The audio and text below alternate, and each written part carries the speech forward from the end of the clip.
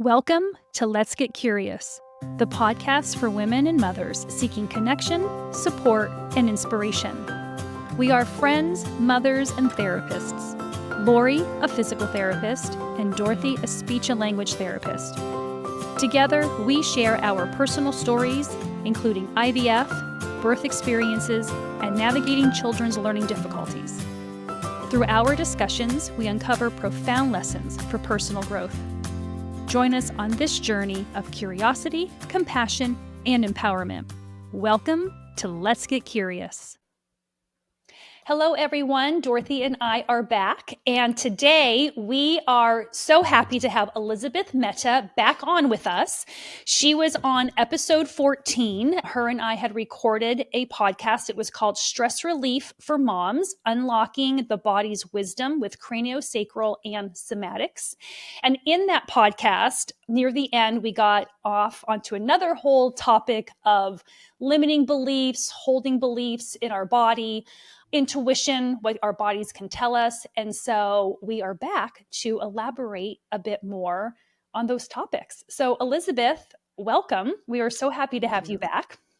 Thanks for having me. It's great to be here. Yes. And so just to kind of give a little bit of a recap for those who may not have listened to episode 14, if you can give us a brief summary of what it is that you do, what is a craniosacral therapist and a somatic healer? Ooh, I don't know that I would say I'm a somatic healer. I think we touched on that last time. But my work falls within the umbrella of somatics. I have a business called Sound Somatics that at its core is really about helping people embody their potential. So I think of somatics as the word soma refers to body and what's happening inside of our bodies from the inside out. And most people don't necessarily realize or know that our bodies are not only relevant, but really important to this idea of embodying our potential. But when we're looking at helping people move from where they are today to where they want to go in the future, how they want to show up, our bodies are really important in that process because of two main reasons. One, our bodies hold on to our past. They hold on to stress and emotions, for some trauma, as you just mentioned, limiting beliefs that hold us back and that can get in our way. And so releasing that gunk can be really helpful to helping people move forward. But our bodies are also really important because they have this wisdom that can guide us forward as we are acquiring new skills and as we are learning to access and work with our intuition, so that when we're looking at embodying our potential, we're making sure that where we're going in the future is aligned with who we are and what we care about. And so somatics and with that craniosacral therapy are kind of two of the ways that I help people close this gap between where they are today and where they would like to be moving forward. Perfect. Well said. And when you are working with individuals and doing this line of work, elaborate for us how these limiting beliefs, how this past trauma, how does it get stored in the body and what can you do to release it? Yeah, so there's a lot of different ways of answering that question and of what I think of as kind of tools in my toolbox to help people access these limiting beliefs that are held in their bodies and also shift them. So maybe I'll first mention that in my work, I have kind of these two main pathways when we're talking about limiting beliefs.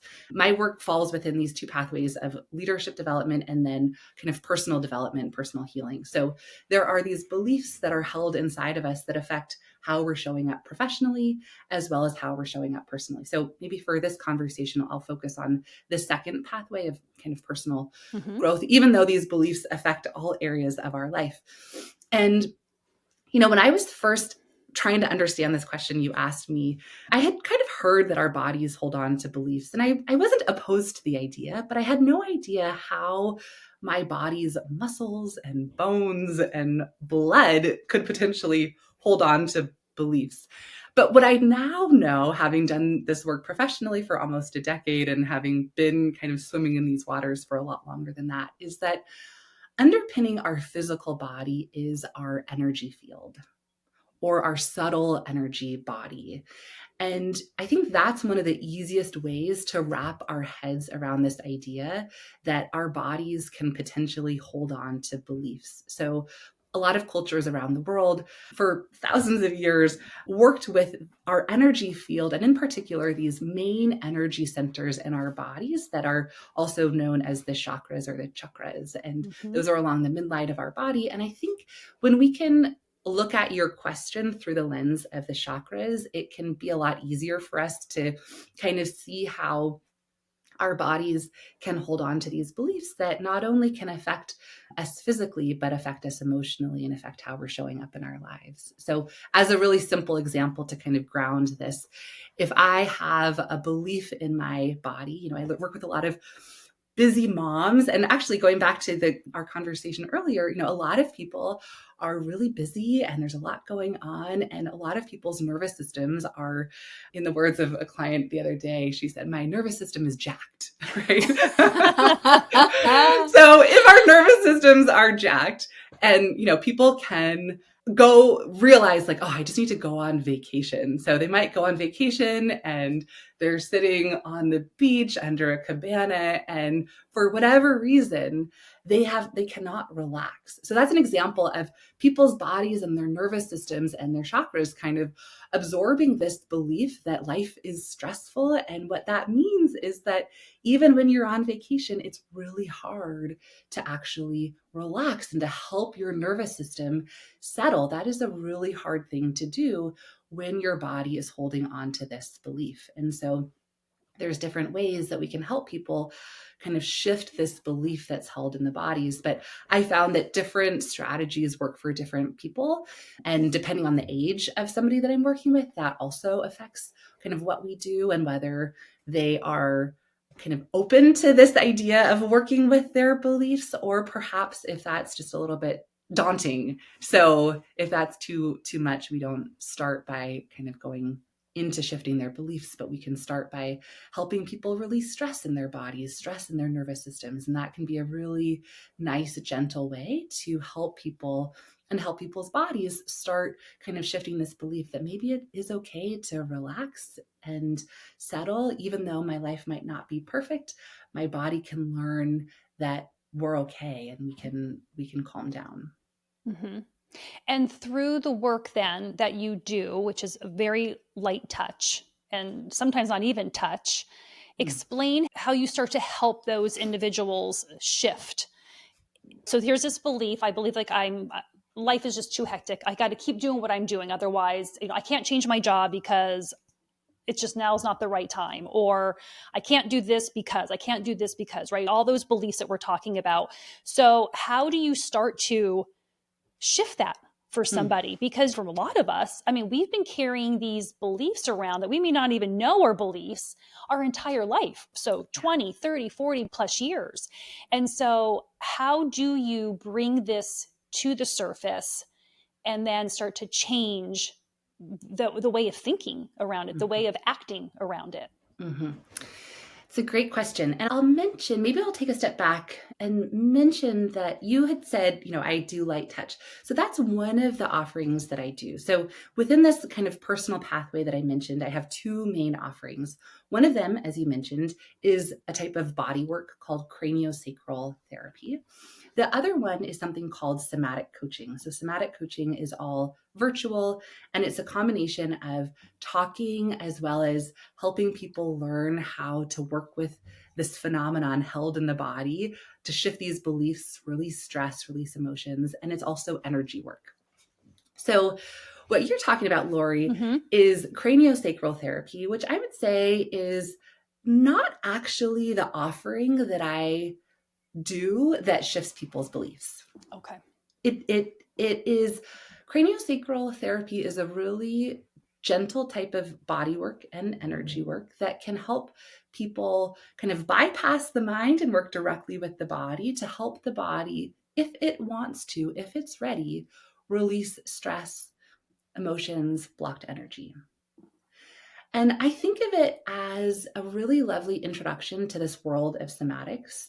And it is something that can help people feel better physically. And I have I kind of think of it as, depending on the person, depending on the age, I think of it as a piece of the solution. Mm-hmm. But by no means is it the full solution, because it doesn't necessarily, it's not as direct at working with these beliefs that we're talking about. And these beliefs, if my body is holding the belief that I am really stressed and I'm always going to be stressed, I can release stress from my body. I can release emotions and blocked energy. But that stress, that tension is going to come back until I can shift the underlying belief. Mm-hmm. And so that's where, out of my offerings, if people are kind of dipping their toes in this water, I say start with craniosacral therapy. It usually helps people realize, oh my gosh, there is this connection between my body and how I'm feeling emotionally, or there's perhaps a reason why I have chronic pain, chronic tension in certain places. And perhaps that tension flares up during different stressful times in people's lives. And so we can help release some of that tension that's on the surface. And that can be exactly what some people need. But if people want to do this deeper somatic work that is kind of what we're talking about today, the touch-based work is not what I recommend. It's the somatic coaching work, because that's where we can work more directly with these beliefs, and I can give people these strategies to work with their emotions and work with what's happening from the neck down to kind of address what I think of as the root cause of why somebody is being held back in their lives, why somebody is stuck in this hamster wheel Mm-hmm. of these limiting beliefs that when they are ready to change them, that's when somatic coaching is kind of the offering where I find people make the kind of most meaningful change. Mm-hmm. And so walk us through that. What does that coaching session look like for a limiting belief? Do you want to do a demo? Do either of you want to do a demo? Didi, do you want to? Go I'll do ahead. one. Yeah. I did one the Okay. last time, so you have a little Sure, taste I'll do one. Okay, let me get my pen and paper out, because I usually have to take notes. Is there a belief, Dorothy, that you are aware of that's kind of something that you're interested in shifting or working through? Oh, there's so many. Maybe one that's not as significant, but one that we can like kind of dip our toes into for the 5 or 10 minutes. Sure. Well, this has been coming up a lot lately in my mind, so I'm going to use this one. So I've always felt like, excuse me, like I don't know enough. Like I'm not good enough. I don't know enough. Or how am I going to know? And people it's so interesting, the journey that I'm on right now, because talk about energy in the universe. People have been showing up in my life lately, reminding me that I've held this belief for a very long time. I randomly ran into a friend that I haven't seen in 20 years. And it reminded me of a conversation that we had when we were in high school. I'm 49 years old, and we had this conversation when we were, 17? And she decided to go into the field of occupational therapy. She's like, I'm going to become an OT. And my first thought was, I said this out loud. I'm like, but how are you going to know what to do?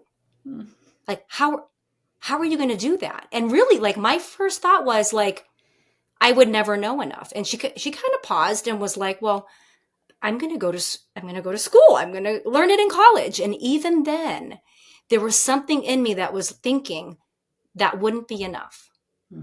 Like, I still wouldn't know enough. I'm like, where the heck did this come from? And I'm a successful speech pathologist. I'm 20 plus years in the field. I'm very good at what I do. I've had a lot of positive feedback with what I do for a living. So I know I can do it. I'm successful in my career, but somewhere in my brain is, you're not good enough. You don't know enough. Or how are you going to know? So I'm going to ask you some questions to kind of unpack this a little bit further.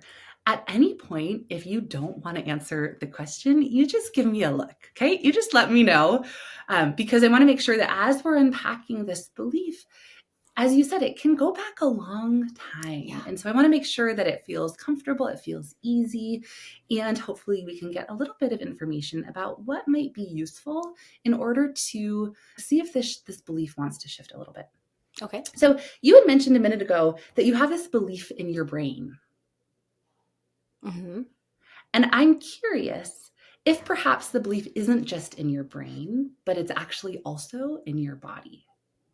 So if you think about this belief, I don't know enough. How am I going to know enough? Is there anything, if you just let yourself kind of check in with your body for a minute and just see if there's anything that catches your attention as you think about this belief? So I'm feeling like my throat constricting. Uh-huh. Yeah. And I'm feeling tightness in my chest, and I'm feeling tightness in my shoulders and the back of my neck. Okay, great. And as you're noticing that activity, do you have a sense of anything that your neck or your throat or your chest or your upper back might want to do? I'm going to show you a couple options. Okay. One option could be kind of hunching a little bit if that feels easy. Maybe Okay. tucking your head forward a little bit, just seeing, does that feel easy? Or maybe you can try the opposite shape. Does it feel easy to kind of shift my posture? Maybe not that dramatic, but just, yeah. Just I think kind of hunching feels easier. Okay, great. Yep. So just for a minute, maybe less than a minute, maybe 10 seconds, just maybe let Okay. your body hunch forward into this shape. And just notice if there's anything else that you're noticing here, or anything that you're feeling emotionally that catches your attention. I'm feeling peaceful Okay. And anything in your and legs? protected. Okay, great. Yep. And is there anything, maybe just bringing your awareness down into the lower half of your body, just seeing if there's anything that catches your attention in your legs or in your feet? And if you don't, that's fine. I don't think so. No? Okay. No. So maybe in this shape that you just said feels really peaceful, maybe just kind of revisiting this belief that you mentioned, I don't know enough. And just noticing how that feels in this shape, in this posture. Vulnerable? I feel vulnerable. You feel vulnerable. Okay. Yeah. What does that feel like from the inside? Are you talking about like body feelings or brain feelings? Body feelings. Body. Yes. Sorry, You're laughing. I know. I'm right there with you. I'm so guilty of it too. Yes, get back in the body. Get back in the body. Always, I know. I'm in my head constantly. Okay. So I'll just interrupt and say, to me, a brain feeling is an oxymoron. That makes sense. So we can't think and feel at the same time. So if you're thinking about this belief, that's a different thing than feeling it in your body. Okay. This is the somatic invitation to Wow. get out of our heads. Yeah. What's coming up for you? No, I'm just shocked how hard it is to connect to my body, to do what you're asking me to do. Yeah. Because I'm constantly in my mind and my brain, and I'm analyzing and overanalyzing and processing and picking things apart and finding meanings in things. And I'm just constantly in my head. Yes. So I've never dropped in to the body to do that. And work. this is the crux of why a lot of people get stuck with these beliefs, is they try to untangle them intellectually. Got it. And you can do all sorts of mental gymnastics. And it might give you some insight about why you have that belief. But if the belief, going back to the energy system and chakras, if there is a blocked throat chakra that is holding on to this belief, you can do all the mental gymnastics in the world, and it's not going to shift the underlying belief that is holding you back. Wow. That's powerful. Yeah. Okay. Whew. Yeah. I think we need some coming up for you? sessions. You have a look on your face. The first thing that popped up in my mind, though, it's not in my Sure. throat, No, so I don't that's know if fair. it's the right answer. No, there's no right answer. Our minds are beautiful parts of us. And Okay. they're a piece of the puzzle, Yeah. but oftentimes not the answer to the puzzle. Right. Or at least this puzzle that we're talking about of shifting these limiting beliefs. So go ahead, whether it's a reaction in your mind or otherwise. Well, the reaction in my mind, so when I was a kid, I felt unheard. Mm-hmm. So I was just thinking about like how I didn't really have, I mean, my childhood was great. There wasn't like anything big or traumatic or anything that I experienced, but my parents were busy. They both worked a ton. So they were very good at being providers, but I never was in a situation with them where we really got into like the deeper conversations. So I wasn't supported in that way. So a lot of times I felt unheard. So that's what I thought of. Yeah, that is so demonstrative of the throat chakra, which over time, our bodies and our energy systems absorb these beliefs based on our lived experiences. And if you can think of it as if you don't have the muscle memory of speaking up and of being heard, being listened to, then your throat chakra, that part of you, is going to absorb this belief that it's just not something we do. Right? Yeah. That makes sense. And it though, I know. Oh my goodness. Well, and it was interesting because when you first started, even before you got your full limited belief out, you started to cough. I don't know if you paid attention to that, but I was like, there's something in her throat. And your posture also shifted, but there was a little bit of hunching between your neck and your chin. Wow. So our bodies tell us the truth about our beliefs and how we're feeling. Wow. Way more honestly than our brain does. And it's not that people are being dishonest, but it's, as you said, you're not in the habit of dropping into your body because you're in your head all the time. Mm-hmm. And so a lot of us, I know this is true for me, when I first started doing this work, somebody would ask me, how are you doing? And I'd say, I'm good. Or maybe I'm stressed. And the someone I was working with said, well, where do you feel that in your body? And I was like, what does my body have to do with how I'm doing? Stick to the point. Right? I know. And so then if I said, oh, I'm good, she'd say, well, how do you know that? Where do you feel good in your body? And I was like, oh, I don't know that I can actually feel what's happening in my body. Because like a lot of us, I didn't get the memo that my body was something to really feel from the inside out. I didn't know that that was relevant or important. And now over the years, I've realized, as it sounds like you're kind of feeling into, that actually what's happening in our bodies is not only relevant, but it's underpinning not only these beliefs, but also kind of how we're feeling and how we're showing up in our lives and in our work. For me, the brain and the body are like two different things. So if someone says to me, how are you feeling? And my energy is good, and I've taken my HRT, so I'm like, I don't have the brain fog, and I got some sleep last night, and I listened to a song on the radio, and I'm happy.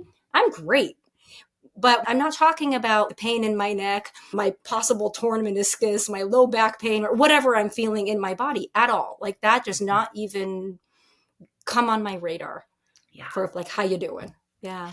And this is one of the reasons a lot of people don't feel very much of what's happening in their bodies, is that once we kind of open up that channel, we have more access to how we're feeling emotionally, but also physically. And sometimes that involves feeling the pain in our body. And these emotions, they're not the most comfortable. And so that's where in the work that I do, it's important to help people feel what's happening in their bodies, but in a really gentle way so that it doesn't feel too much. And when we are looking at accessing and shifting these beliefs or releasing stress or emotions in the body, the stuff that we want to quote unquote fix or release or get rid of, it's just as important to also bring into the mix this wisdom that's held in the body and the parts of us inside that do feel really good and that feel comfortable, because there can be kind of conversation, this unity between our mind and our body, where we're able to feel these parts of us that are perhaps less comfortable, but we can also feel and we can kind of develop these emotions of joy and happiness and freedom and spaciousness and these beliefs that are a lot more liberating, instead of getting stuck in what I think of as the lower energy kind of gunk that we hold inside, which, as I said, is the reason a lot of us don't feel or want to feel what's happening in our bodies, whether that's conscious or unconscious. Wow. My mind is blown. Yes. Yeah. So I would love to perhaps go back to your belief, Dorothy. Yes. Okay. And so you had said that you feel like you don't know enough. Mm-hmm. Okay. So maybe just for another minute, you can just kind of bring that idea, that belief to the front of your awareness. I don't know enough. And then just again, let yourself just start noticing how your body is responding to that belief. Just feeling into perhaps a little bit of this tension that you were feeling earlier. Can I tell you that a lot of that tension is now gone? Wow. My throat feels still a little bit constricted, but the tightness in my chest, the tightness in my shoulders, the neck, completely gone. Okay. I'm curious about the back of your neck. I'm kind of tracking some release at the back of your neck. This is kind of energetically. So maybe just for the heck of it, you might not feel anything, but just letting yourself feel maybe the base of your skull and the back of your neck. Just, you don't have to feel it with your hands. Sorry. Okay. Just kind of from the inside, just letting yourself feel this territory. And again, just bringing to mind this idea, I don't know enough, just noticing how the back of your neck, base of your head feels, and if there's any activity there now.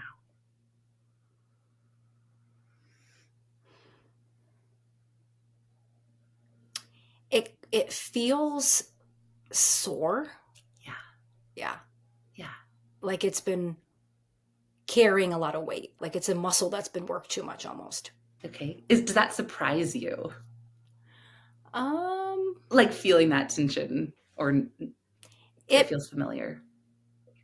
Well, usually it feels tighter. So it almost feels like it's let go a bit. And now I'm realizing how much it's been carrying, if that makes sense. Yes, definitely. Okay.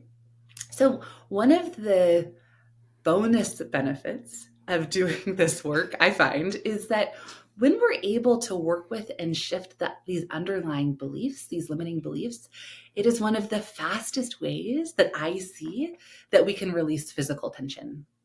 Wow. I believe it because I feel it. I occupy a different body right now. Wow. It's shocking to me. Before it was just all tightness. And now it's just relaxed and let go. Yeah. And this might seem a little bizarre, but do you notice a little sense of activity in your arms? It feels tingly. My arms feel tingly. Okay. Yeah. And my tingly, and my feet. light. So this area, the throat and neck, I find that one of the exit routes for that tension, for that blocked energy, is down the arms and out the hands. And so as this area is surfacing this tension so it can release, that is one of the exit routes for this tension. Wow. And it was just bringing awareness to it and naming it. Yeah. So as I said earlier, there's a number of tools that I have in my toolbox to shift these beliefs. Awareness is absolutely one of the most powerful tools. But it's for some, and for you, you'll have to report back and let us know if that was all your system needed. It might be. For other people, we have to go a little bit further in working more kind of deliberately with these beliefs to help them shift in a more complete way. So do you want to try kind of just a little bit more of this just to see what Sure. happens? Okay. Yeah. So maybe with your awareness in your throat and in your neck, maybe just seeing how these areas respond to the idea, what if I do know enough? What if I do know enough? My throat feels like it's closing up. Yeah. Yeah. Which means I have to call you like after this session and we need to make an appointment. Yeah. And is there literally my throat is closing up like, nope, no way. That is not true. So this is where when we go a little bit further, we realize, oh my gosh, the body really is relevant to these beliefs. It's oftentimes just totally shocking to people because maybe they've heard from whoever that our bodies hold on to beliefs or wisdom, but until you can experience it in your body, it has a different resonance. Absolutely. And so this response that your throat had lets us know that, yeah, we might have to do a little bit more to help your throat chakra learn that, yeah, maybe you do know enough. Mm-hmm. Mm-hmm. But it takes partnering with your body, partnering your brain with your body to help these beliefs shift in a more complete way. So are there exercises or things that people can do to help connect the mind and the body, like outside of somatic work? Like, are there things that I can be doing when we get off this podcast?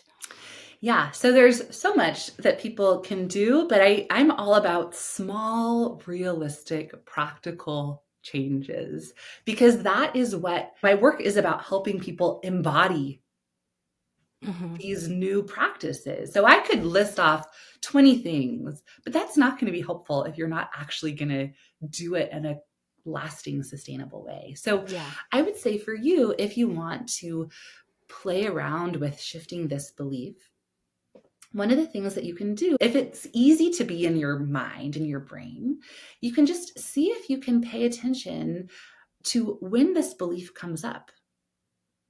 I don't know enough. Oh, okay. Got it. Right? And just kind of start taking mental notes. Oh my gosh, it comes up 12 times a day. Yeah. Or when you're reaching for another textbook to read because you feel like you don't know enough. Just catching yourself. So that's one thing you can do. Yep. If you want to go a step further, you can notice when you catch yourself thinking that belief or thinking that thought, noticing how you feel in your body. Noticing what's happening in your throat or in the back of your head. And seeing if your body wants to go back into that shape that you said felt, originally you said it felt calm. And it felt safe. Then you said it felt vulnerable. So for me, I like to think of myself like a researcher. I'm just collecting data, collecting information to figure out, A, what are we working with here? Yeah. And then step B is to figure out, okay, well, what are our avenues for working with this information and shifting it? So that would be one place where I would start. But if we're looking at maybe perhaps a third simple thing that you could play around with, you could, when you're noticing going into this shape, you could see what happens if you actually, and for listeners, I'm in that kind of hunched shape where my neck is kind of tucked, my chin is tucked forward. So we're perhaps amplifying that feeling of smallness, of not knowing enough. So something that you could do is notice when your body wants to go into that shape. You could go there for a couple of seconds if it feels easy and comfortable. And then you can let yourself shift into what I might consider Yeah, exactly. The Here I am. opposite shape, where there's a little bit more spaciousness between your neck and your chest. So you're opening up the front part of your body, just noticing how that feels. So I see that you're doing that shape right now. How does this feel for you? It feels empowering. Okay. It feels like it's okay to take up more space. Yeah. Yeah. Yeah. I feel more confident. Yeah. Wow. Do you feel like you know enough? More so in this space. Yeah. My throat does not feel as constricted. So I'm noticing some surfacing of tension or activity through your chest, around your heart. Do you feel pressure there? It feels buzzy and more open. Okay, Yeah. great. Yeah. So these are some simple things that you can do on your own to play around with. That's what I would start with if I were you. It's great. And oftentimes, part of what I see is our bodies, as I said earlier, are really brilliant. They're really smart. And they know when we're on our own. And they know when there's somebody who's supporting us with this process. So, what might happen if we were to work together and go deeper into this is as we're unpacking this belief, you might start having an emotional release. So our chakras hold blocked energy. They hold these beliefs, but they also hold emotions. And so if in your childhood you had this pattern of not feeling heard, I imagine there's some emotion in there that perhaps didn't get expressed at the time. Maybe, maybe not. Yeah. But if that's the case, then your throat chakra and surrounding areas is likely holding on to some emotions. And so if we're looking at another tool in the toolbox, giving people these tools to access and release these old emotions is a really important piece of this puzzle of shifting the beliefs. Because I think of the emotions as one of the things that keeps these beliefs entrenched. Yeah, makes sense. So that would likely be necessary in order to help shift this belief in a more sustainable way.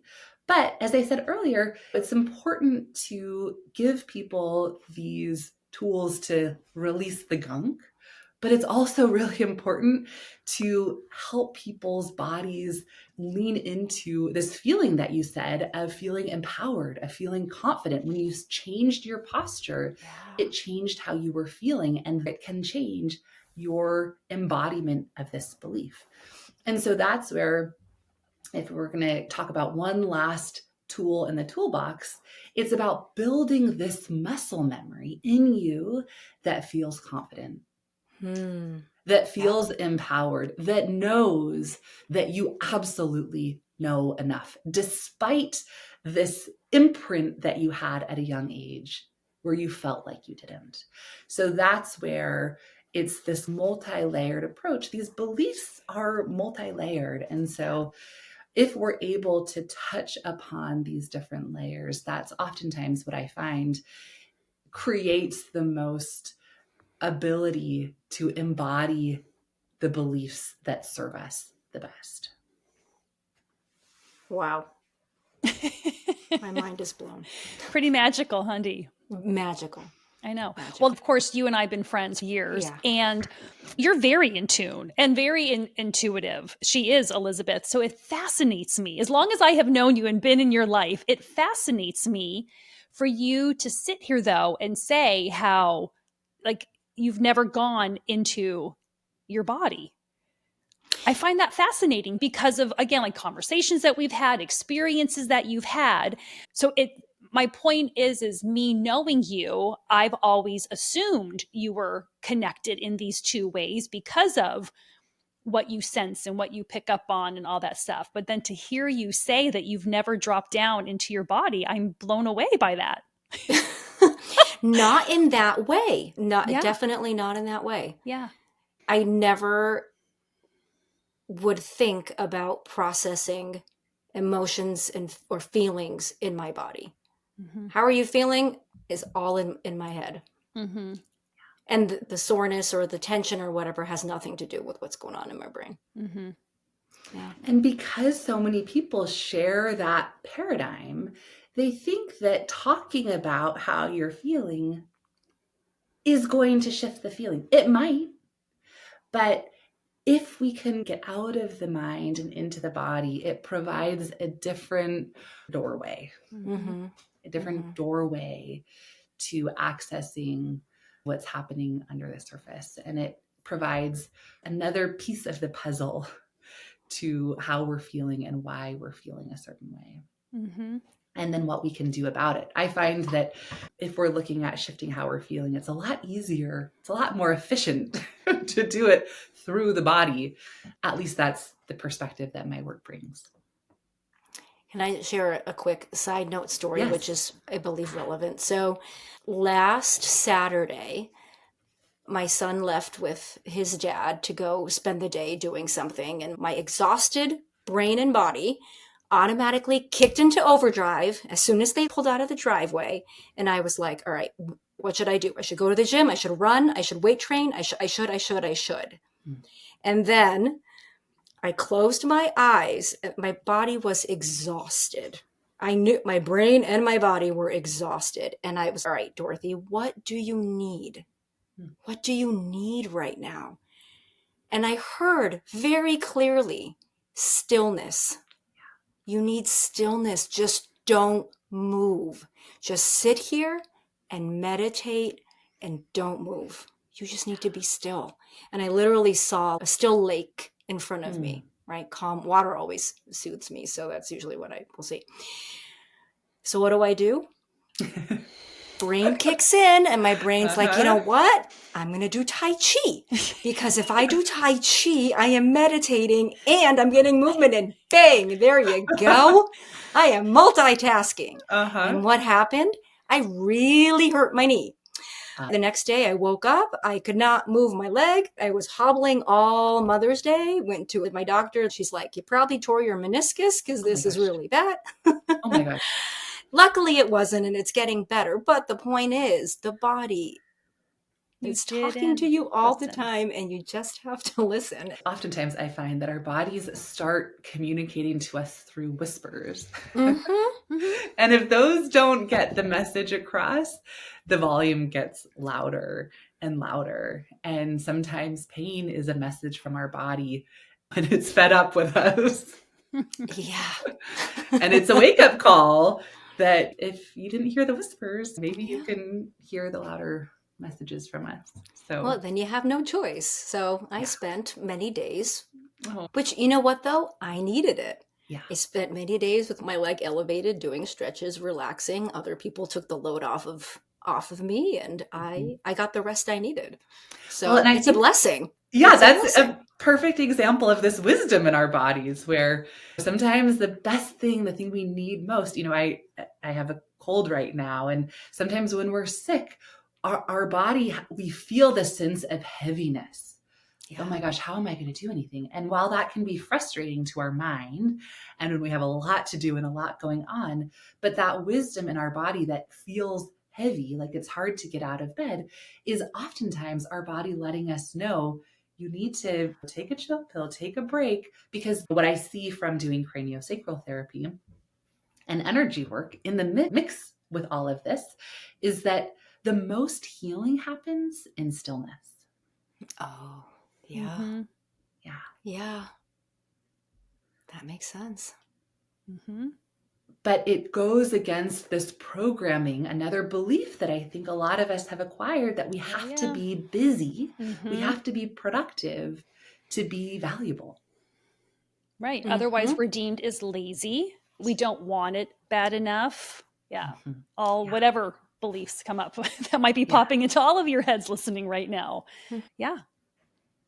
It's really interesting when you slow down like we are to have this conversation and process Well, this. then how many moms too feel like they can't stop because the kids come first? So it's, I can't because I have to do these 50 things for my child, or make dinners, or whatever. The list goes on and on. But it's hard as a mother to put yourself first and be like, all right, the laundry can wait, the dinners can wait.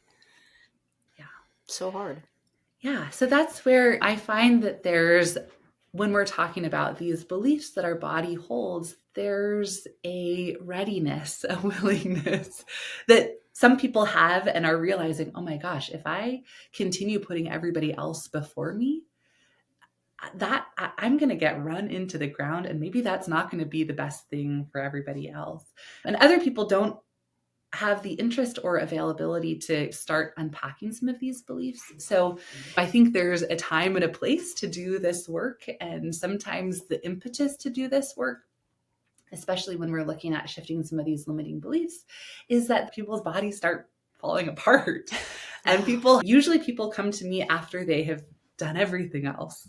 And they're like, okay, I guess the work you do seems different. And yeah, I'm starting to realize that my body does hold on to stress and emotions and beliefs. And that is taking such a toll on my body that it's affecting how I can show up in my relationships and in my family and my work. So sometimes it's people's bodies that are the wake-up call. And other times people have realized they've tried for years to shift these beliefs, and they've done it from this intellectual perspective, and it perhaps it has given them a lot of insight, but maybe it hasn't shifted the underlying belief itself. And so that's what inspires them to move forward with this work. And for other people, they get feedback from their family members or from their boss or from their spouse that when they're stressed or when they're worn out or when they are in whatever domain of their life, their stress or emotions are getting the best of them. And so there's different inroads into this work. And yeah, there's a lot on the plate especially for moms. And so it's definitely this, what I try to make is a process that's as gentle as possible, because unpacking some of these beliefs can be really surprising. Mm-hmm. Well, yes. And then when you recognize what your beliefs are, making sure that you're not passing that along to your littles or whomever may be in that household with you, and so on and so forth. So it's about breaking these cycles. Yeah. It's just a fascinating concept to me. Which I'm so glad why we got to dive a bit deeper this time around of just how beliefs get held in the body. And I mean, you can physically feel that, right, Dee? You physically felt that in your body as she's guiding you. Oh my gosh, absolutely. Absolutely. My mind has so many questions, and I just can't wait to learn more and set up some one-on-one time with you. But yeah, it's just amazing to me of how, like, Lori, you and I have been on this journey of figuring stuff out since the day we met all those years ago at the nursing home. Yep. And it just still blows my mind of how much more there is to learn. And also just how simple some of this stuff is. I mean, this is not,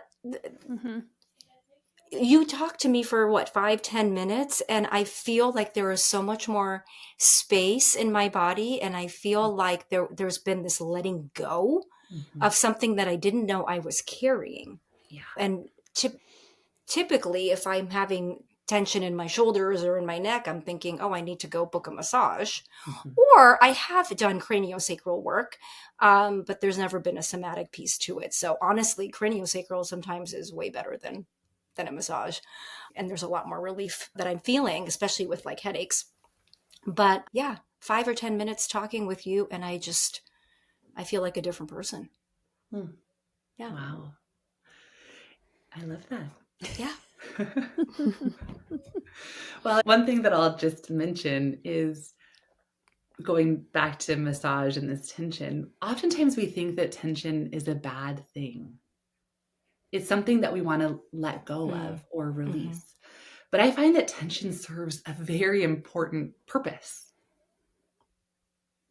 And there's wisdom in tension. And so if we can understand why that tension is there, that oftentimes is what can unlock not only the physical tension, but as I said, kind of the underlying reason why it's there in the first place. And so a lot of this somatic work kind of, as you said, it can be simple It can be, sometimes I think of it as more of like a rewiring or an unwinding of what we've learned. But, kids, little ones, they hold on to this stuff too, but they are oftentimes so much more connected to their bodies than adults are. And so they can be really incredible teachers. And I think of one of my best teachers is my dog and animals, and little kids are wonderful teachers for us of how to be in our bodies and be connected to our bodies and kind of work with what's happening from the neck down. Because once you learn from animals and little kids, you can see that emotions, for example, oftentimes don't need to last for more than 30 seconds. Yeah. Right? Yeah. Yes. Or there's oftentimes a physicality to emotions. There's a physical movement that has to happen to feel into and release the emotions. But the release itself, the work itself, can change very quickly. So for you, working with this belief, as you said, we didn't kind of spend more than 5 or 10 minutes really working with it, but it can change a lot faster than people realize. So for me, that is one of the many reasons I love this work, but one of them is I find it's the most efficient way. As I said, my work is about helping people embody their potential, close the gap between where they are today and where they want to go. And if we can bring the body into this process of closing the gap, I find it so much faster to do that than if we try to do it from this mental gymnastics perspective. Wow. I have one more body question that I'm noticing right now. So I'm feeling, and I don't think it's like a hot flash because I don't have those yet, thank God. But in my upper to mid back, I'm feeling warmth. Like I'm feeling like this energy spreading and just warmth and this opening. Like there's more space in my body. Yeah. So, and that's connected. When I asked earlier if you're feeling anything around your heart or your chest, that is what I was tracking. So this is where, because I do energy work, I bring energy work into the somatic coaching. And so I'm able to track as we're going, not only what you're telling me through your words, not only what your body is doing posturally, movement wise, but also I'm tracking your energy system. Wow. Because I feel like it's still going. We stopped talking about it 20 minutes ago, but I still feel the effects from what we did. Yeah. So as energy is releasing, oftentimes there's a temperature to it. So you have releasing happening in your chest, which I think you're feeling through your upper back. Yeah. I'm tracking it kind of in the middle, A to P, right? Kind of the midline of your body. Yeah. And I should say anterior, posterior, right in the middle, there's this release happening, which some people feel, as I said, through temperature. Other people feel through different types of physical sensations. Other people might feel from a more emotional perspective. It seems like you also have more of a visual orientation. And so if we were to do this more, you might be able to start seeing the energy in your chest moving and shifting. And so that is one of the, if we are going to shift these beliefs, the energy is also going to be shifting. Got it.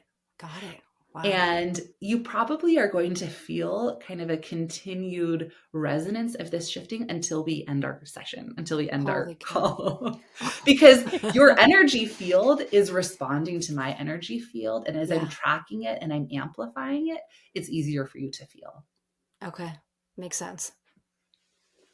Okay. Can we stay on for like another few hours?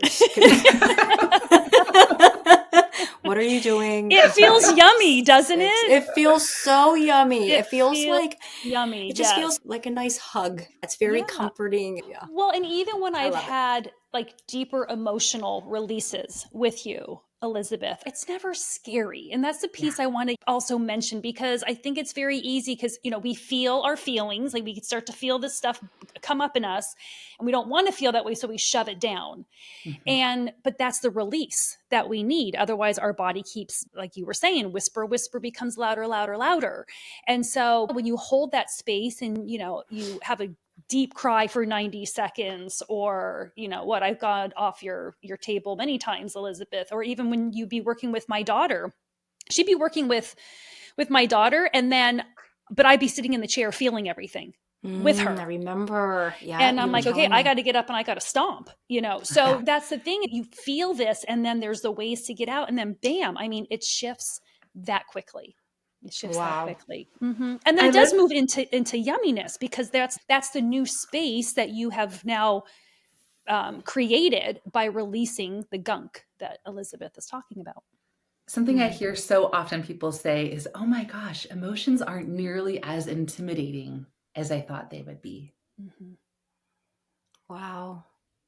Or people, when they hear about my work and kind of what I do, they're like, oh man, I think I need that, but it sounds like a lot. It sounds like a lot. Yeah. I have to get in touch with my emotions. Or if they realize like, oh my gosh, some of my physical pain might be connected to emotions or stress, or if they realize that there's a belief in their throat chakra that you don't know enough, you need to continue learning more, or a lot of women I work with have a hard time speaking up or setting boundaries. These are all beliefs that are in the throat chakra. And when oftentimes there's a yearning to shift those beliefs, but there's a fear about what it's going to entail to actually shift them. And then they start doing this work and they're like, oh my gosh, it's so much easier than I expected. And so that's where I think the somatic world, there's different ways of working with what's happening in the bodies. And I read a lot of books on somatics and I'm like, oh my gosh, this is so depressing. I would not want to do this work. But that's where I'm so grateful that so much of my work, while I've done a bunch of trainings and certifications, like my own body has been my best teacher to kind of learn how we can shift these beliefs and kind of work with what's happening in the body. And it doesn't have to be daunting. It can be quick. It can be yummy, as you said. It can feel calm. Yeah, you might have these glimmers of these emotions, but the idea is to notice them, to feel into them, but not get stuck in that heavy energy. The goal is to feel better, right? Yeah. And so it's really important, I think, to bring that lightness into the work itself and to bring that spaciousness into the work. And so I think is partly where the body is much more likely to change if you can bring in this element of enjoying things, enjoying the process. But it's also the fastest way to shift what's happening. Yeah. I know. Well, again, we can talk about this stuff for hours with Elizabeth. But I'm so glad, Dee Dee, you got to experience this firsthand, and that we got to talk about how beliefs get in the way and how they're stored in the body and how we can process and move on from all of this.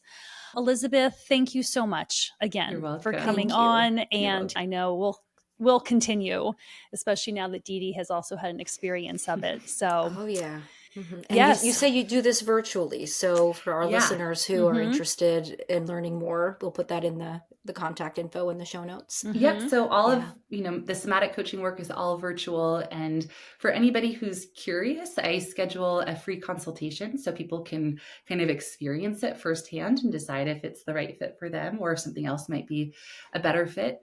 And so I find that energy work, you definitely do not have to be in person to feel into the energy work. And what's so interesting is that today we didn't even touch upon what I think we were going to more than anything, which was we were going to touch on the limiting beliefs, but also the intuition and kind of the way that our bodies, while they hold on to these beliefs we might want to shift, they also have this wisdom. So maybe another time I'll tell you that story of the year I let my body call the shots. Yes. I think we need that to be its own thing. And I think this has been another nice continuation because this is a concept that people have a hard time wrapping their heads around. So yes, I'm super grateful that you came back on, and we will schedule a third, Elizabeth. Third time's the charm. Third time's the charm. Yes. Wonderful, everybody. Okay, well, as always, to our listeners, stay curious, and thank you for listening. We'll see you guys the next time. Bye. Bye. The information shared on this podcast is for informational purposes only and is based on the opinions and experience of Lori, Dorothy, and their guests. The content should not be used as a substitute for professional medical advice, diagnosis, or a treatment. Always seek the advice of your healthcare provider with any questions you may have regarding a medical condition. Never disregard professional medical advice or delay in seeking it because of something you heard on this podcast.